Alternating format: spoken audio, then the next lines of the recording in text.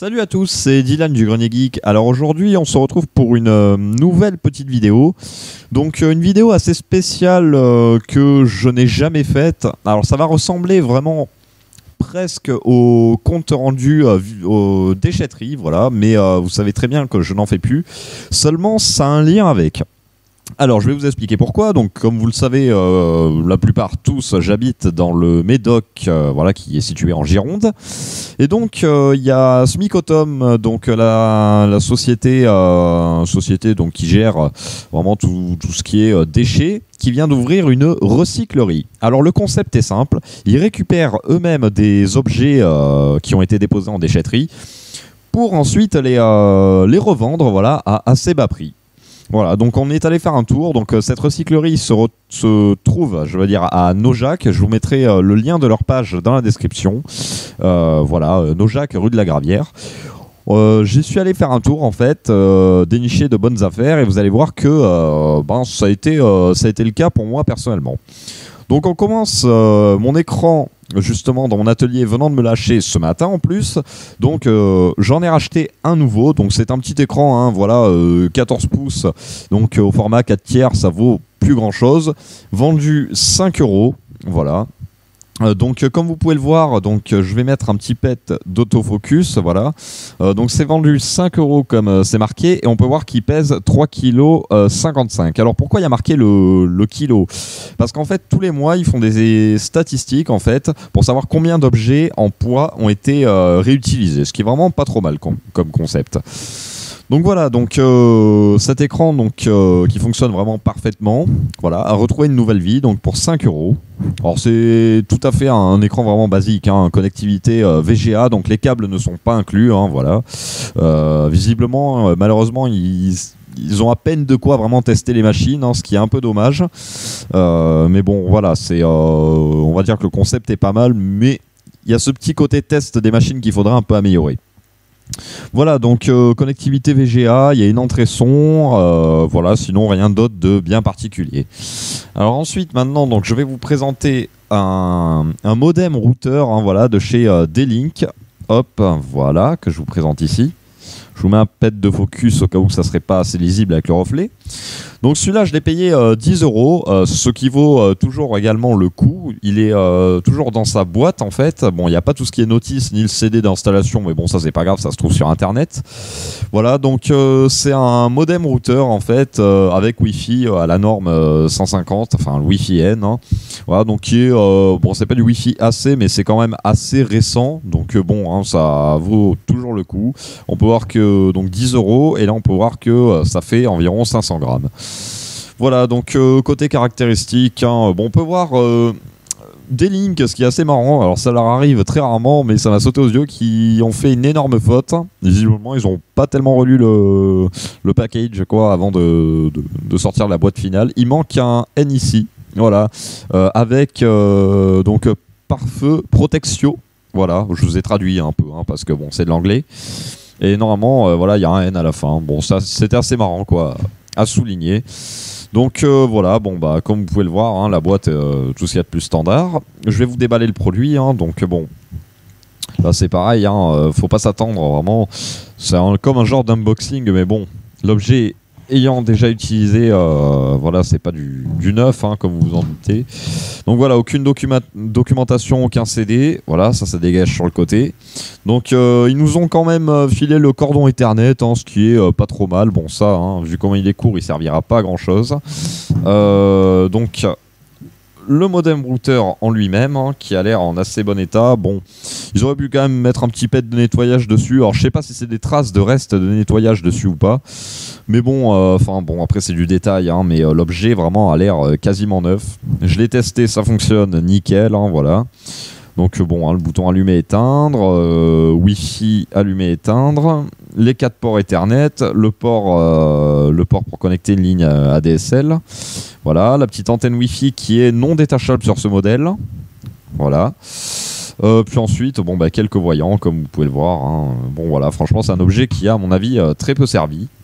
Ça, à mon avis, je pense que c'est un particulier qui l'a acheté, sa box avait dû griller. Et en fait, c'est comme pour remplacer une box, ça en fait, hein, si on l'utilise dans ses fonctionnalités standards, parce qu'il y a plein de moyens de les détourner. Je vous avais déjà fait une vidéo avec la Livebox 2 pour la transformer en point d'accès Wi-Fi. Et ça doit être un particulier qui l'avait acheté croyant que ça allait remplacer une box. Alors oui, ok, ça remplace la partie internet d'une box, mais il n'y a pas de téléphone et on peut pas non plus avoir, il me semble, les services télé dessus. Donc il a dû acheter ça, ça a dû servir 2-3 fois, il l'a acheté. Ça m'étonnerait que ça soit une entreprise parce que ça se jette pas ça, hein. Quand c'est du matos d'entreprise, il les garde au maximum, ça, jusqu'à ce qu'il claque. Voilà, donc l'adaptateur que je vous montre depuis tout à l'heure. Donc adaptateur, donc comme vous le savez, j'aime bien lire tout ce qui est détail, hein. Donc un petit pet de focus.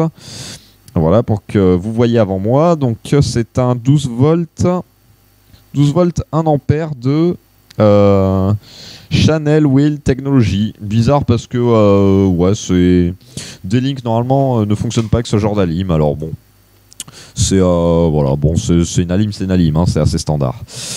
Donc ensuite, autre petite trouvaille. Donc là, oula, le focus déconne à mort.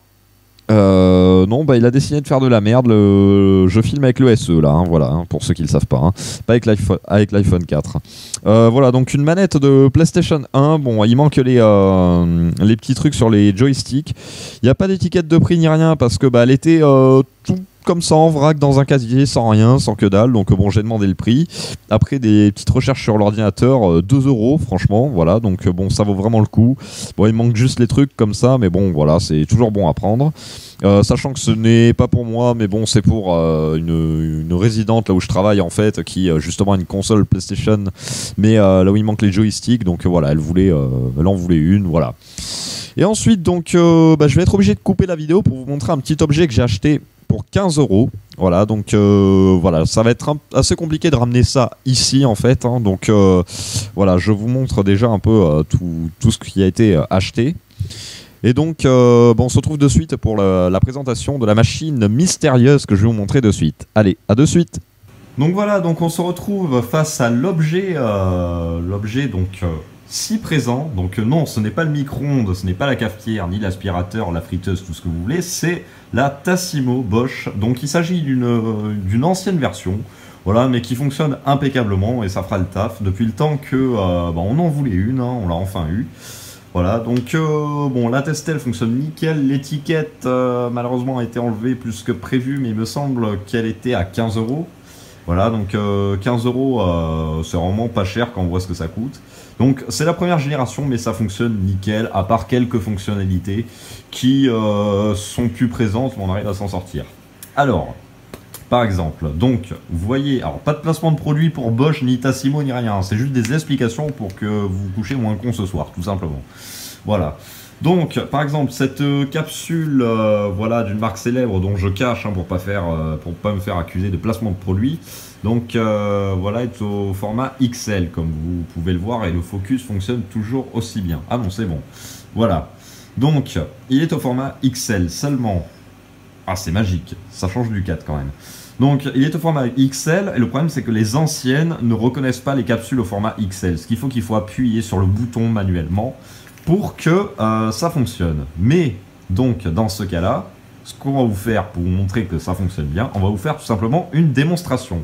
Voilà, alors, c'est parti, c'est tout bête. On allume ici. Il faut d'abord la brancher. Ça sera plus simple en effet. Donc,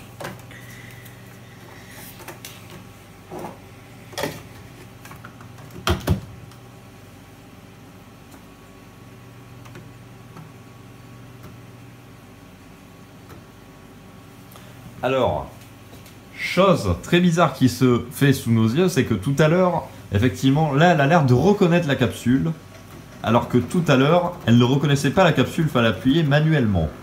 Donc, bah, vous êtes chounard, encore une fois, hein, vous avez... on le découvre avec vous, en fait, hein, là. Mais donc, bah, je suis finalement pas obligé de rester appuyé sur le bouton. Alors, je pense que c'est parce que j'avais mis la dosette verte de détartrage juste avant, sans l'éteindre et la rallumer, ça avait peut-être dû la perturber.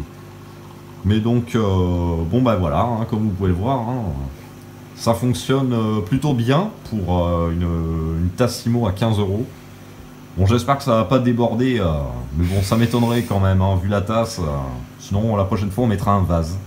Alors je fais un peu de blabla pour combler parce que ces machines sont très très rapides, hein, comme vous pouvez le voir et comme je suppose que beaucoup d'entre vous en ont chez vous. C'est vraiment des machines très rapides. Je dis ça ironiquement. Hein. Donc voilà. Admirez ce beau spectacle.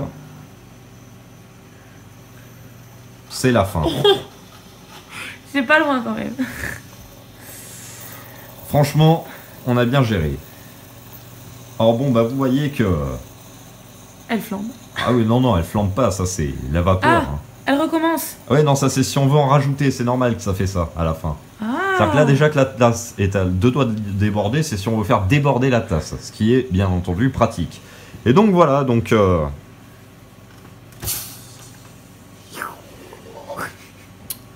Donc je sais que cette chaîne, vous allez vous dire, devient n'importe quoi, mais bah voilà, Tassimo à 15 €, voilà, bah, qui fonctionne impeccablement. Donc au-delà de l'aspect un peu déconnade de cette vidéo, etc., bon bah c'était pour vous dire franchement que je trouve que la recyclerie de nos jacks sur mer pris par Smikotom est vraiment une très bonne initiative parce que certes on peut récupérer, voilà, comme le font plus ou moins d'autres, des objets en déchetterie, mais on va pas faire toutes les déchetteries et de plus c'est de base interdit. Donc vraiment ils nous permettent de récupérer des objets à bas prix légalement, et ce qui est vraiment très très cool. Je trouve que ça manquait énormément ça. Et voilà, ben ça permet en plus de réduire le gaspillage comme ils le veulent, voilà. Donc tout le monde est heureux, ils encaissent un peu d'argent. Nous on a des objets vraiment pas chers, vous voyez que franchement cette Tassimo fonctionne impeccablement. Voilà, ça arrange tout le monde est gagnant. Donc ben, sur ce, ben, moi je vais vous laisser devant cette magnifique vue de Tassimo. Oui, je crois que c'est vraiment la première fois que sur une chaîne geek on vous présente une machine à café. C'est une première, notez-le, hein. Voilà. Et donc, bah, je vous dis salut à tous et à la prochaine.